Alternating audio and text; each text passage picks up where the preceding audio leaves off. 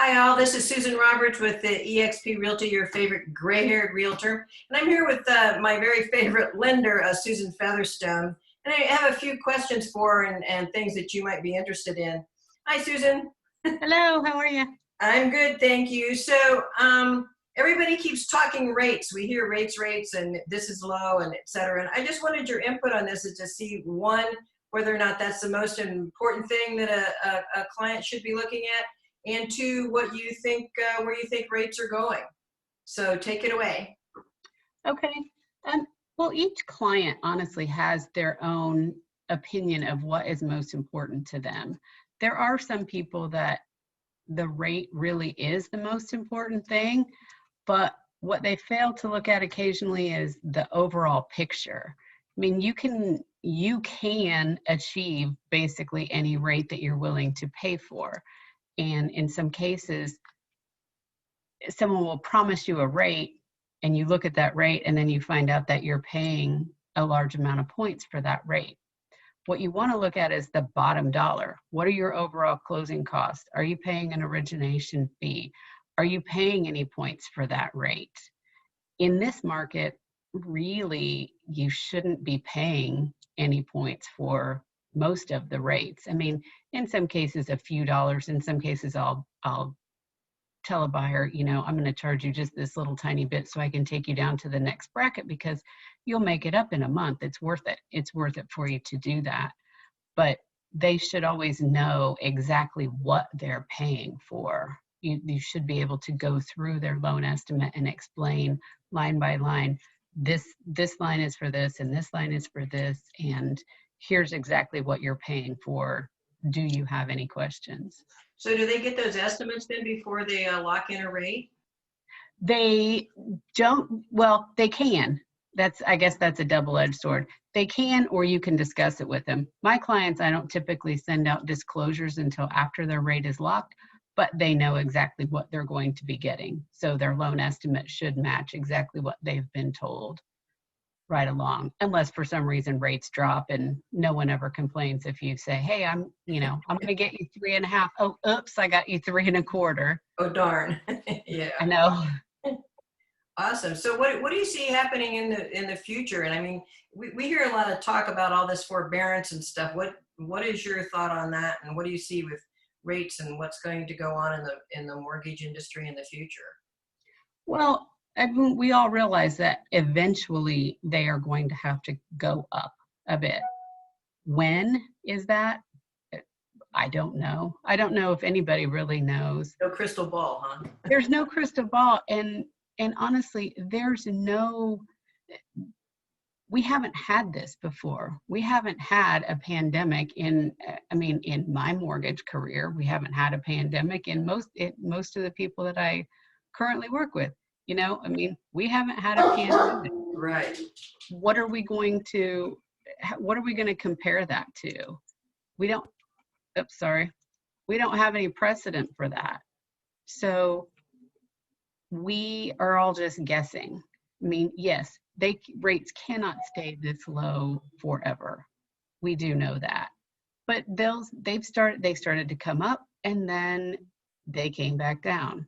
And it seems as though, with me, it seems watching the rates, there seems to be a direct correlation to every time they say the COVID cases are going down, rates, they jump just a little bit.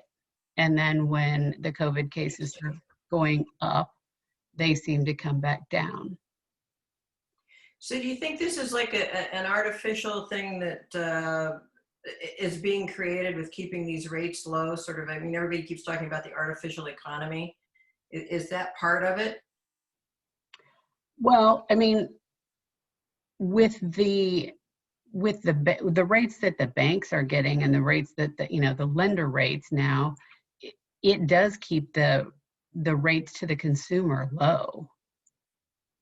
But like I said, at some point they are going to have to come back up. They are just not going to stay here forever. And you can keep giving stimulus money to Americans, and you can keep saying that the rates are going to be this low for a long time, but realistically, the economy can't survive like this forever.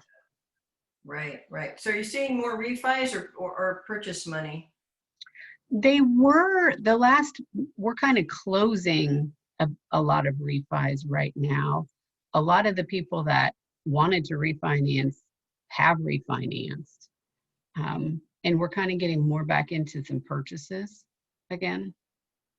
Awesome. I keep seeing stats that say that at least this time, because this mess wasn't caused by a housing crash, but there's more equity. People have more equity in their homes than ever before, which I is a think good they thing. do.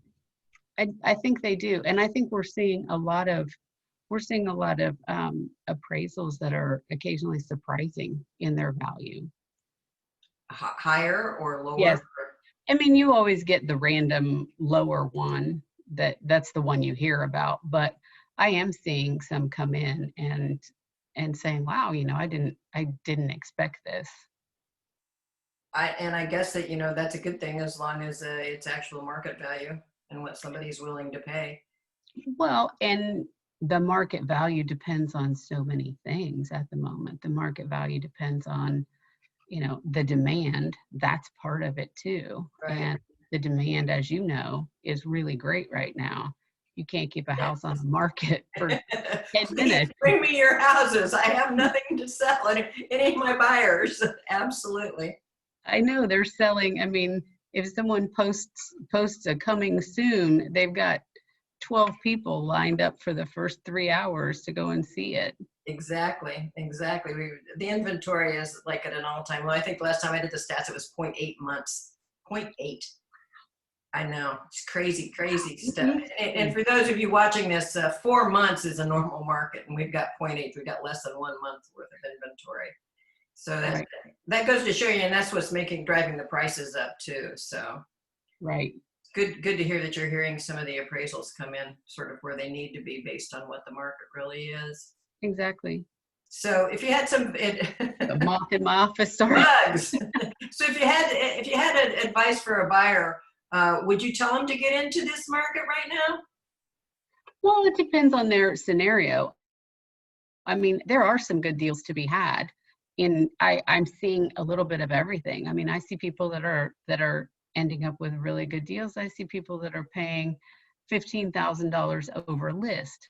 You have to realize that if you pay $15,000 over list and next year the market is much lower, or in 2 years the market is much lower, you're going to run the risk of not having as much equity as you anticipated in your house. Because again, as you stated, the market, it does have some direct correlation with the housing surplus and how much we have. Yeah, absolutely. Well, I think we're going to wrap this up. You have any last minute gems that you want to give anybody, or points of advice, or have a nice day? Be prepared. Be prepared. Talk to a lender. Ask questions. Don't try to see a house without a pre-approval, because that's never going to work. Be ready to go. Be ready to jump the minute you find a house, because you really are going to have to make a move. If you like a house, you can't come back tomorrow and think that it's still going to be there, because it likely is not. And you will have to be pre-approved, because it has to be just like that. You have to be.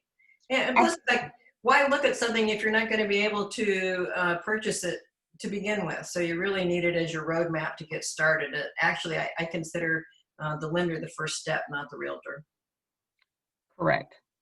You need to know what you can buy before you go and look at what you like. Absolutely. Well, I appreciate your time. Have a great day. And if you have any more words of wisdom, we'll get together again and see what we can come up with. Thanks so much, Susan. Thanks, Susan. Bye-bye.